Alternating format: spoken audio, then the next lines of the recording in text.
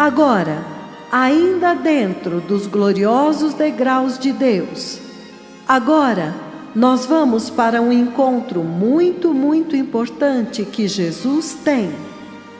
O Senhor Jesus tem este tremendo encontro com uma mulher cananeia. Uma mulher cananeia. Ainda estamos falando dos gloriosos degraus, da profecia dos gloriosos degraus, a profecia da vinda do Messias. No livro de Mateus, capítulo 15, é muito poderoso quando nosso Senhor Jesus Cristo encontra a mulher cananeia. Mateus, capítulo 15.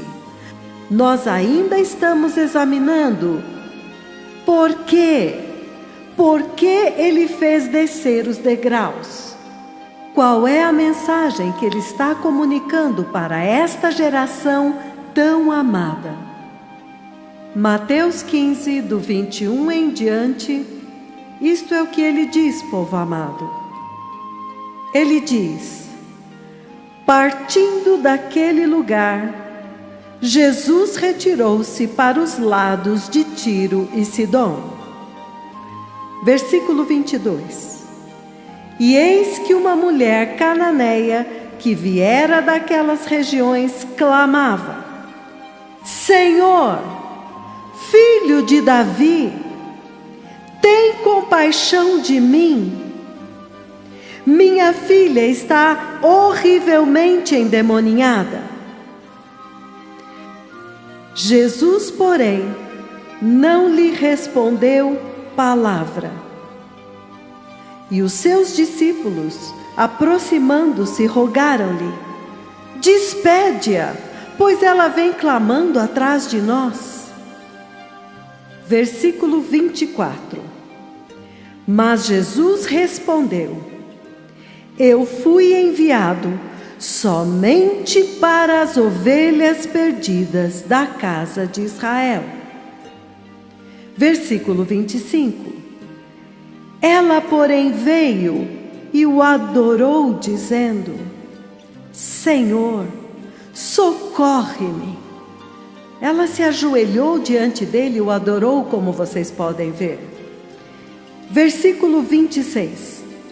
Então ele, respondendo, disse: não é bom tomar o pão dos filhos e lançá-lo aos cachorrinhos.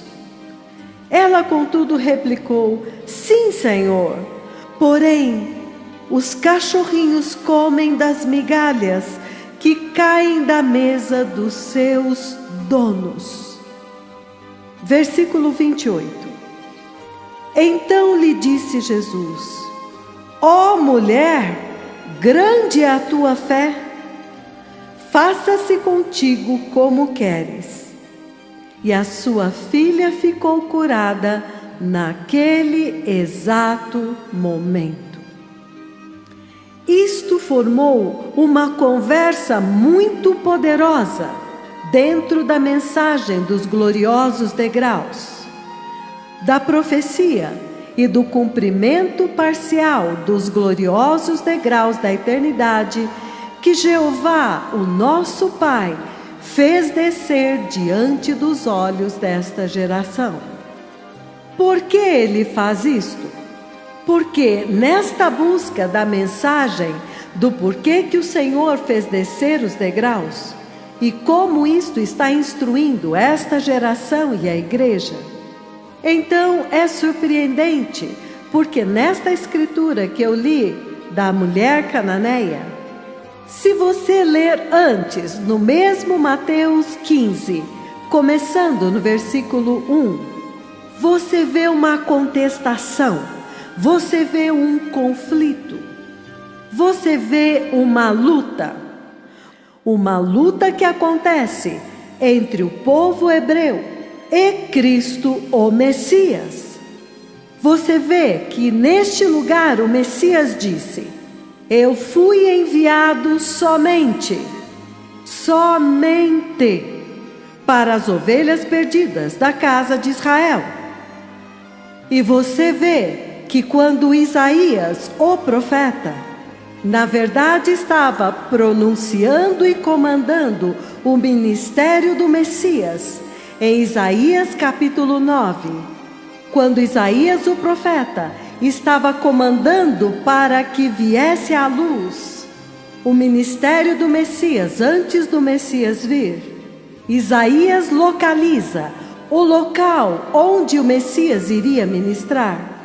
Ele diz: Galileia dos gentios. Eu vou até ler aqui. Isaías capítulo 9, povo amado. Isaías capítulo 9, versículo 1. Ele diz: Mas para a terra que estava aflita, não continuará a obscuridade. Deus, nos primeiros tempos, tornou desprezível a terra de Zebulon e a terra de Naftali. Mas nos últimos, tornará glorioso o caminho do mar, além do Jordão, Galileia dos gentios. E isto é muito poderoso, porque ele diz aqui, versículo 2: O povo que andava em trevas viu grande luz, e aos que viviam na região da sombra da morte, resplandeceu-lhes a luz. Tens multiplicado este povo, e a alegria lhe aumentaste.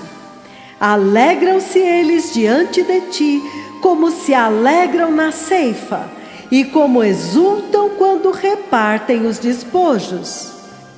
Então aqui eles estão celebrando a vitória da cruz que ele iria trazer. Versículo 4: Porque tu quebraste o jugo que pesava sobre eles, a vara que lhes feria os ombros, e o cetro do seu opressor, como nos dias dos midianitas. 5. Porque toda a bota com que anda o guerreiro no tumulto da batalha, e toda a veste revolvida em sangue, serão queimadas, servirão de pasto ao fogo. Porque um menino nos nasceu, um filho se nos deu. O governo está sobre os seus ombros, e o seu nome será Maravilhoso Conselheiro, Deus Forte, Pai da Eternidade, Príncipe da Paz. Para que aumente o seu governo e venha a paz sem fim. Ele reinará no trono de Davi e sobre o seu reino, para o estabelecer e o firmar mediante o juízo e a justiça, desde agora e para todos sempre. O zelo do Senhor dos Exércitos cumprirá esta coisa maravilhosa. Que poderoso! Então você vê que Isaías estava dando um comando. Isaías foi instruído pelo Senhor e enviado no tempo certo para ir e comandar o caminho no qual o Messias iria andar quando ele aparecesse, onde o seu ministério estaria localizado. E você pode ver que neste paradigma e neste desígnio, o Messias diz: Eu fui enviado somente para as ovelhas perdidas da casa de Israel. E você vê que de fato Isaías o localiza na Galileia dos gentios. Ele localiza o ministério dele em Israel. Então você pode ver, e você não precisa ser um gênio para ver isto agora, a intenção do Senhor é que o evangelho chegasse aos judeus primeiro, e então para os gentios. E a partir de Israel, este evangelho da salvação, da sua maravilhosa luz, sairia de Israel e então se espalharia por toda a terra, até os confins da terra. Mas já houve um problema. No livro de Mateus, capítulo 15, versículo 1, um problema começou a ocorrer. Em Mateus 15, versículo 1 ou versículo 6, de onde você quiser começar, um problema começou a acontecer nesta missão para a qual ele foi enviado para o povo hebreu. Porque em Mateus 15, versículo 1, você ouve: então vieram de Jerusalém a Jesus alguns fariseus e escribas e perguntaram: por que transgridem os teus discípulos a tradição dos anciãos, pois não lavam as mãos quando comem? E Jesus respondeu: por que vocês quebram os mandamentos de Deus por causa das suas tradições? Então, nós podemos agora pular para o versículo 6. No versículo 6 ele diz: este jamais honrará o seu pai ou a sua mãe, e assim invalidastes a palavra de Deus por causa da vossa tradição. Então, olha o conflito lá, porque agora ele vai revidar, ele vai atacá-los. E ele diz: hipócritas! Bem profetizou Isaías a respeito de vocês, dizendo: este povo honra-me com os lábios, mas o seu coração está longe de mim. E em vão me adoram, ensinando doutrinas que não passam de preceitos de homens. Então você vê que Jesus já estava navegando contra o vento. Ele já tinha ido de encontro a uma resistência muito significativa. E ele tinha sido enviado somente para as ovelhas perdidas da casa de Israel. Mas ele já tinha ido de encontro a estes problemas com eles, porque ele veio até eles. E ele queria que eles reconhecessem o mensageiro primeiro. Para você receber a mensagem, você tem que reconhecer o mensageiro primeiro. Isto até te ajuda a reconhecer a magnitude da mensagem. Então, eles estavam tendo dificuldade em receber e reconhecer o mensageiro. E eles nem podiam chamá-lo de Senhor. E ele queria que eles entendessem que Yeshua HaMashiach, o Messias judeu, realmente tinha chegado. Então eles tinham que parar de pedir para o Pai enviar o Messias judeu, porque ele já estava aqui. Então tudo que eles precisavam fazer era recebê-lo e receber a mensagem do Pai que ele carregava. Mas eles entraram em conflito. E ele estava tentando convencê-los, dizendo: olha, este é aquele a respeito de quem as Escrituras falaram, que o grande filho de Davi, que você vê no livro dos Salmos, capítulo 110, versículo 1, Davi está falando a respeito dele, centenas de anos antes dele vir, de que ele viria e reinaria no trono de Davi eternamente. Mas eles estavam tendo dificuldades em reconhecê-lo. Então, por mais que ele dissesse: eu fui enviado somente às ovelhas perdidas da casa de Israel, mas então ele foi de encontro à resistência, foi de encontro ao vento contrário, entrando em problemas porque eles não o reconheceram. Então, você tem um grupo de fariseus. Uma delegação veio de Jerusalém, fariseus e doutores da lei, um grupo de professores, de mestres da lei, críticos da lei, aqueles que escreviam e comentavam a lei judaica. Eles escolheram um grupo especial, um grupo que era Kohot, que eram as colunas, e os enviaram a ele, porque eles tinham ouvido das obras maravilhosas e também das narrativas. Eles tinham ouvido as declarações que ele tinha feito em Cafarnaum, na região da Galiléia dos gentios, naquele local. Então vocês podem imaginar toda aquela distância. Eles vieram desde Jerusalém, vindo como um fogo devastador, esperando por ele. A intenção deles era ir, ficar lá na frente dele e anular tudo que ele dissesse, e cancelar tudo que ele dissesse. Cancelar e anular, porque eles estavam ouvindo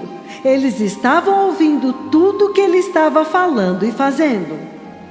E então é surpreendente, povo amado, que depois daquela contestação, quando Jesus disse basta, chega, e então ele mudou o curso. Então vocês podem imaginar, deixando a região da Galileia ao redor de Cafarnaum, e então indo todo o caminho até Tiro e Sidom, provavelmente 2 dias ou 1 dia e meio de caminhada. Vocês podem imaginar quão longe ele foi. E vocês sabem que se vocês olharem as Escrituras, no livro de Mateus, capítulo 15, da forma como ele coloca isto, da forma como eles colocam isso, você pode ver um toque de desgosto, um toque de cansaço. Mateus 15, eu quero ler novamente, eu vou ler em outras versões. Mateus 15, 21, eu estou lendo várias versões. A versão NVI diz: saindo daquele lugar, ele chama de aquele lugar. Saindo daquele lugar, Jesus retirou-se. Então, se há alguma mensagem nas palavras que você pegar daqui, é deixando aquele lugar e retirou-se. Ele tinha uma missão, enviado somente para o povo hebreu, somente para o povo judeu, somente para as ovelhas perdidas da casa de Israel. Mas agora você ouve ele dizer: deixando aquele lugar, Jesus retirou-se. Esta é a versão NVI. Quando você vai para a New American Standard, ele diz: Jesus foi embora de lá. Aqui ele nem dá nomes mais. Jesus foi embora de lá. Simplesmente saiu de lá. Ele saiu de lá e retirou-se. Então ele usa novamente a palavra retirou-se. Quando você vai na versão amplificada, no versículo 21 ele diz: e indo embora de lá, indo embora de lá. Eles nem mencionam mais o nome do lugar. Jesus retirou-se. Então você vê, ele menciona novamente, retirou-se. Se você vai na versão King James, ele diz: e partindo Jesus dali, ele também diz, partiu. Então, eu fui enviado somente para as ovelhas perdidas da casa de Israel. Mas agora, por causa da resistência e dos problemas que ele estava enfrentando lá, ele mudou-se para um lugar bem distante. Ele mudou-se porque ele estava cansado daquele lugar, cansado de discussão, cansado de contestação, cansado de calúnia. Ele mudou-se para bem longe, para a região de Tiro e Sidom. Mas nós sabemos muito bem que estas eram cidades ateístas, eram cidades gentílicas. Este povo costumava sacrificar bebês, eles costumavam se envolver em orgias sexuais, por causa da sua cultura, das suas tradições ou o que quer que seja, que era muito sujo e muito repugnante de se ver, em sua nudez, em suas orgias em massa, em sacrifícios de bebês, adorando um tipo de ocultismo, de satanismo e todas estas coisas. E é por isso que você vê Jesus se referindo a eles como cães, cachorrinhos. Porque o povo hebreu, no Monte Sinai, recebeu o plano de salvação de Deus. Eles foram o único povo que recebeu o plano de salvação redentor de Deus. Enquanto que os outros estavam neste tipo de ocultismo, em imoralidades, em orgias, em sacrifícios humanos. Então realmente o comportamento deles era até mais baixo do que de um cachorro, porque você não vê um cachorro assando seus filhotes como sacrifício. Então a referência que eu quero que vocês entendam é quando ele diz tirar o pão dos filhos e dar para os cachorros. Mas, entretanto, é surpreendente que quando Jesus, o rei de Israel, quando ele entra no seu domínio e os seus súditos estão lá, e ele está tendo problemas de relacionamento com eles, tentando fazê-los reconhecê-lo. Mas quando ele atravessa a fronteira para fora do seu domínio, para fora de Israel, e andou até bem longe, para Tiro e Sidom, as cidades ateístas, pagãs e gentílicas, povos referidos como sendo mais baixos do que os cachorros. Então uma mulher o vê e ela corre para ele, e a primeira coisa que ela faz, ela diz: Senhor! Ela o chama de Senhor, Senhor! E então, parece que ela está muito bem informada. Este é o Messias. Então ela pega e põe ele no trono de Davi e diz: Filho de Davi! Então, parece que ela está muito iluminada a respeito da missão dele na terra, de que ele veio trazer o perdão dos pecados e a misericórdia de Deus. Então ela diz: tem misericórdia de mim. Ela pede pela coisa certa que ele tem em abundância, a incorporação daquilo que ele é, a misericórdia de Deus sobre a humanidade. Então, este foi um desvio muito chocante, foi uma mudança de eventos muito grande, que realmente explicam por que os degraus foram baixados agora, no céu. Porque quão maravilhoso, quão tremendo, e também muito triste, que o Senhor, ele estava tendo problemas. Eu fui enviado somente para as ovelhas perdidas da casa de Israel. Mas ele estava tendo problema com os seus súditos, que não queriam reconhecer o mensageiro antes que ele pudesse dar a mensagem, até mesmo para que eles o chamassem de Senhor. E esta mulher, uma mulher gentia, ateia, uma mulher pagã daquele território onde eles sacrificavam. E a propósito, deixe-me dar algumas informações para vocês que vai deixá-los espantados. Estas eram as nações que costumavam atacar Israel pelo lado do norte e conquistaram Israel. Então vocês estão vendo? Isso é surpreendente. Eram inimigos de Israel. Mas agora, entrando neste território gentílico, e uma mulher corre para ele e ela é capaz de identificá-lo corretamente. Ela diz: este é o Senhor. E então ela clama: Senhor! E a próxima coisa que ela diz é: Filho de Davi, significando: este é o Messias.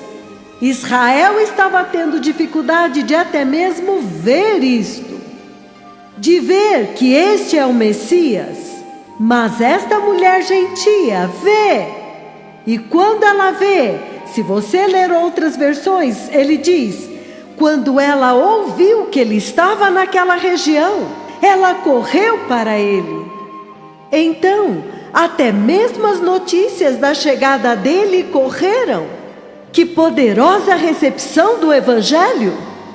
Filho de Davi, tem misericórdia de mim. Ela está pedindo misericórdia. Jesus estava tentando fazer com que Israel entendesse que ele tinha trazido a misericórdia de Deus. E então pedissem misericórdia. Olha, as ovelhas perdidas de Israel, as ovelhas caídas de Jacó, caídas por causa da queda de Adão e Eva. Ele tinha vindo para trazer o perdão dos pecados para eles, a misericórdia de Deus para os homens, começando pelos judeus. Mas eles não foram capazes de ver isto. Esta mulher agora vê. Senhor, filho de Davi, tem misericórdia de mim. Eu sei que tu trouxestes o perdão dos pecados. Por favor, perdoe os meus pecados agora. Eu estou pronta. Porque ela fez uma súplica. Esta é a parte poderosa e interessante que fez com que o Senhor baixasse os gloriosos degraus do céu. Porque deste ponto em diante, então ele diz: a tua fé. A tua fé. Ele se refere à fé dela. Ele faz da fé um parâmetro de referência da eternidade, um parâmetro de referência deste avivamento. Então este, partindo de lá, saindo de lá, este agora é o avivamento dos gentios. Isto é agora quando o foco se voltou para as nações gentílicas. É por isso que agora acontece um avivamento dos gentios. E então a redenção de Israel, o avivamento de Israel, foi interrompido. Agora foi interrompido, foi adiado. E vocês veem muito claramente, povo amado, que agora a fé foi exaltada na fé desta mulher. Vocês se lembram da fé do centurião? A fé do centurião também.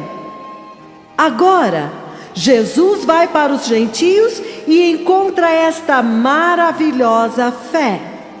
Esta fé surpreendente. Ele ficou maravilhado com a fé deles. O Criador, o Autor, o Consumador de toda a fé, ficou maravilhado com a fé deles. E é por isso que agora a missão dele mudou para isto. Qual é o ponto que eu estou tentando enfatizar aqui? Eu estou dizendo que no livro de 2 Tessalonicenses, povo amado, agora que eu já coloquei este fundamento para vocês, 2 Tessalonicenses, capítulo 2, a partir do versículo 4. E ele diz: este que se opõe e se exalta acima de tudo que se chama Deus, ou é objeto de adoração, a ponto de se sentar no santuário de Deus, proclamando que Ele mesmo é Deus. Não se lembram de que quando eu ainda estava com vocês, costumava lhes falar estas coisas? Versículo 6. E agora vocês sabem o que o está detendo, para que ele seja revelado no seu devido tempo. A verdade é que o mistério da iniquidade já está em ação, mas aquele que o está detendo, continuará detendo-o até que seja removido do caminho. E então o anticristo será revelado. Então, tendo discutido com vocês, tendo aberto para vocês como que a missão dele agora mudou, e agora foi para as nações gentílicas. E então a predição do avivamento dos gentios é dada quando ele encontra o centurião Isto está em Mateus capítulo 8, versículos 10 e 11, e também em Mateus capítulo 15, versículo 21, quando agora ele muda o foco, ele partiu, ele saiu, ele deixou aquele lugar. Ele se retirou agora daquela missão. Agora isto foi tão poderoso, porque você vê agora esta mudança de foco, que foi a predição do avivamento gentílico. João veio pregando: prepare o caminho, o Messias judeu está vindo, anunciando isso nos arredores do Rio Jordão e no deserto da Judeia, em Israel. Jesus veio e ele disse: eu fui enviado somente para as ovelhas perdidas da casa de Israel. Somente. Mas quando você vê o produto que resultou, que apareceu, foi a igreja dos gentios. Olha o avivamento gentílico. Olha a igreja gentílica globalmente. Porque a missão com Israel foi postergada dentro da linha do tempo profético de Deus. Foi transferida para a tribulação e para a grande tribulação. Então é por isso que será muito crítico, povo amado, que nós entendamos os gloriosos degraus que desceram no céu dentro deste contexto. Porque ele disse que aquele que segura o anticristo e o impede de ser revelado, que é o Espírito Santo, segurando, impedindo-o. Somente o Espírito Santo tem poder suficiente para segurá-lo, desde o princípio, desde o nascimento da igreja até hoje, milhares de anos. E ele tem feito isso eficazmente e poderosamente também. Excelentemente, retendo-o para que ele não seja revelado. Você não vai ouvir breaking news, ele foi revelado aqui, ele foi revelado naquela nação. Não, ele o está retendo. E ele está dizendo que quando aquele que o detém for removido, for levado embora, então tudo, o próprio inferno vai ser liberado. Lembrem-se destas três coisas. Lembrem-se: o arrebatamento, a retribuição e a revelação de Deus.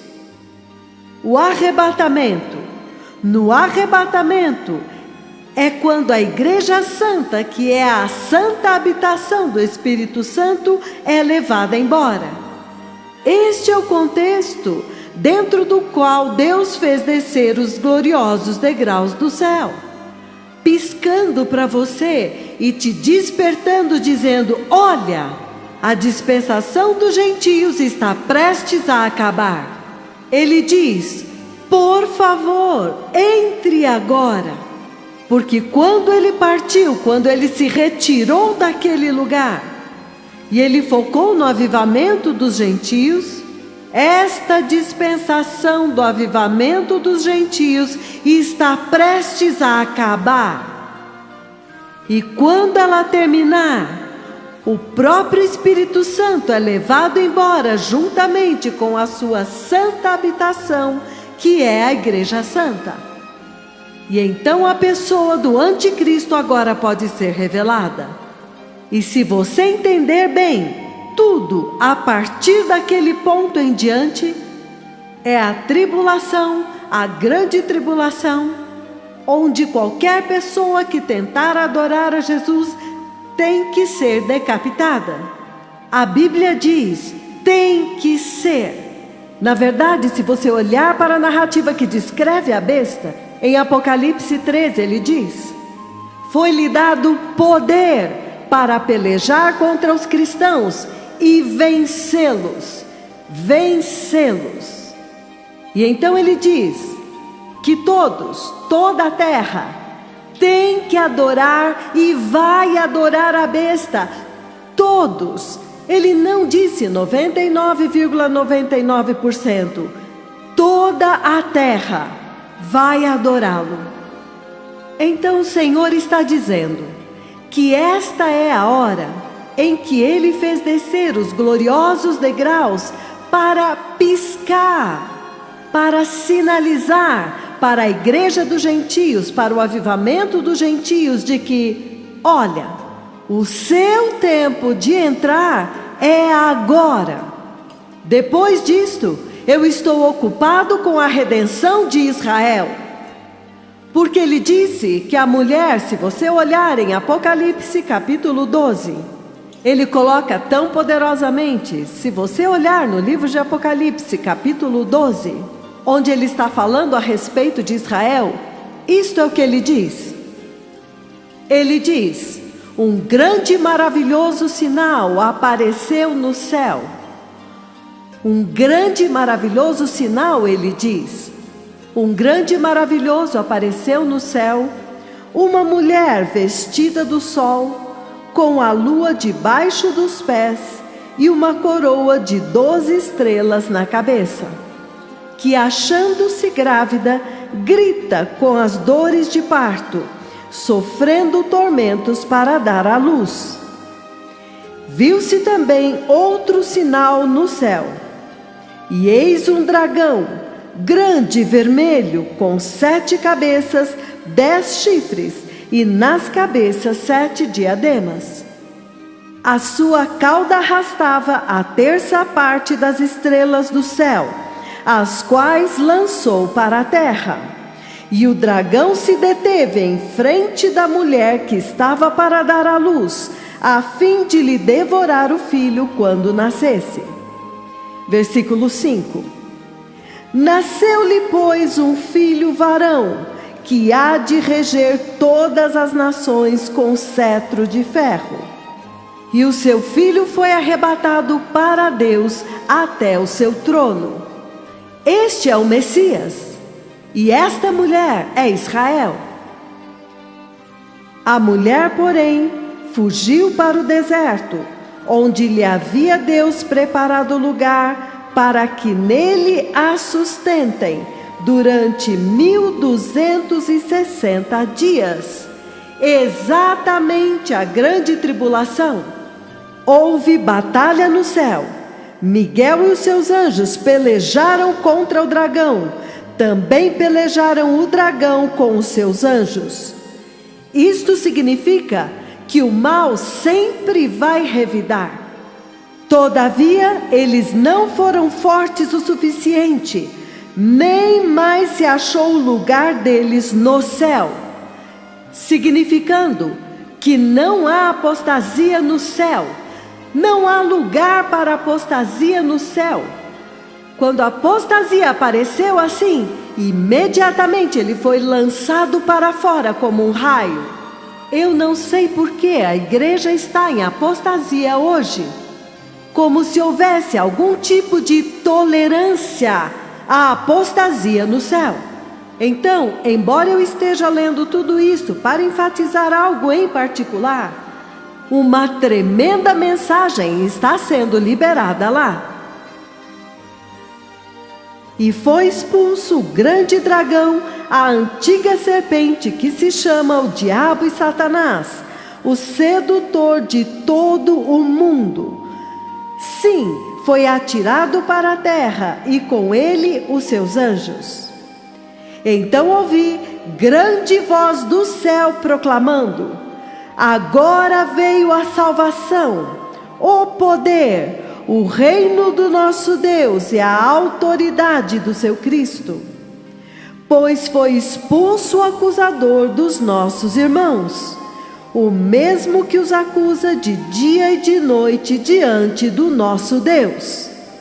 Eles, pois, o venceram por causa do sangue do Cordeiro e por causa da palavra do testemunho que deram. E mesmo em face da morte, não amaram a própria vida. Por isso festejai, ó céus, e vós, os que neles habitai. Ai da terra e do mar, pois o diabo desceu até vós, cheio de grande ira, sabendo que pouco tempo lhe resta. Versículo 13. Quando, pois, o dragão viu que fora atirado para a terra, perseguiu a mulher que dera à luz ao filho varão. E foram dadas à mulher as 2 asas da grande águia, para que voasse até ao deserto, ao seu lugar, até onde é sustentada durante um tempo, tempos e metade de um tempo. Aqui está a grande tribulação, fora da vista da serpente. Então a serpente arrojou da sua boca, atrás da mulher, água como um rio, a fim de fazer com que ela fosse arrebatada pelo rio. A terra, porém, socorreu a mulher, e a terra abriu a boca e engoliu o rio que o dragão tinha arrojado de sua boca. O versículo 17 é para vocês, povo amado. Irou-se o dragão contra a mulher e foi pelejar contra os restantes da sua descendência, aqueles que guardam os mandamentos de Deus e têm o testemunho de Jesus. Amados irmãos, amados povos e nações de língua portuguesa, que estão ouvindo este ensino tão poderoso, tão abençoado, tão ungido, que é um grande despertamento para este momento. Amados, deste ponto em diante eu faço questão de colocar a voz dos tremendos profetas do Senhor Jeová Yahweh, a voz das 2 testemunhas de Apocalipse 11, porque esta voz tem que ser ouvida, porque quando você ouve esta voz, você ouve o clamor do próprio Deus, clamando para o seu povo, neste último instante, antes da virada desta dispensação, porque estes mensageiros foram enviados um pouco antes desta virada, desta mudança de dispensação, quando o tempo dos gentios está praticamente fechado já. Eu faço questão, amados irmãos, de traduzir depois da voz do poderoso profeta. E peço a todos, e peço ao Espírito Santo, que esteja abrindo os ouvidos da Igreja de Cristo nas nações de língua portuguesa e em toda a terra para ouvir esta voz. E que todas as outras vozes na terra se calem diante desta voz. What is the Lord saying here? O que é que o Senhor está dizendo aqui? He's saying that the stairs have been lowered. Why? Ele está dizendo que os degraus foram baixados. Por quê? Because the Gentile dispensation, the dispensation of the Gentile revival is coming to an end. Porque a dispensação dos gentios, a dispensação do avivamento gentílico está chegando ao fim. So they need to enter. Então eles precisam entrar. He's saying this is the way. Ele está dizendo, este é o caminho. Only through this way, please enter now. É somente através deste caminho. Por favor, entre agora. After this, the dragon is unleashed. The beast is all over here. Depois disto, o dragão é liberado, a besta estará em todo lugar aqui. Nobody can worship Jesus anymore, and God is busy redeeming Israel and defending Israel. Ninguém mais pode adorar a Jesus, e Deus está ocupado redimindo Israel e defendendo Israel. But verse 17 of chapter 12 of Revelation really gives the total picture. Mas o versículo 17 de Apocalipse 12 realmente mostra uma imagem apropriada. that for anybody that will still hang around here called Christian, de que qualquer pessoa que ficar por aqui chamada cristão, trying to worship Jesus, hold up his testimony, tentando adorar Jesus, sustentando seu testemunho, must be put to slaughter because the dragon has been given that power to fight them and conquer them. tem que ser morto, porque foi dado ao dragão este poder de lutar contra eles e vencê-los. And that's why the Lord has lowered the stairs to the Gentile church.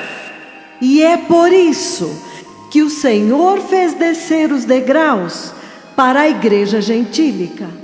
And he's saying, blessed people, E ele está dizendo: povo abençoado, that this is the way.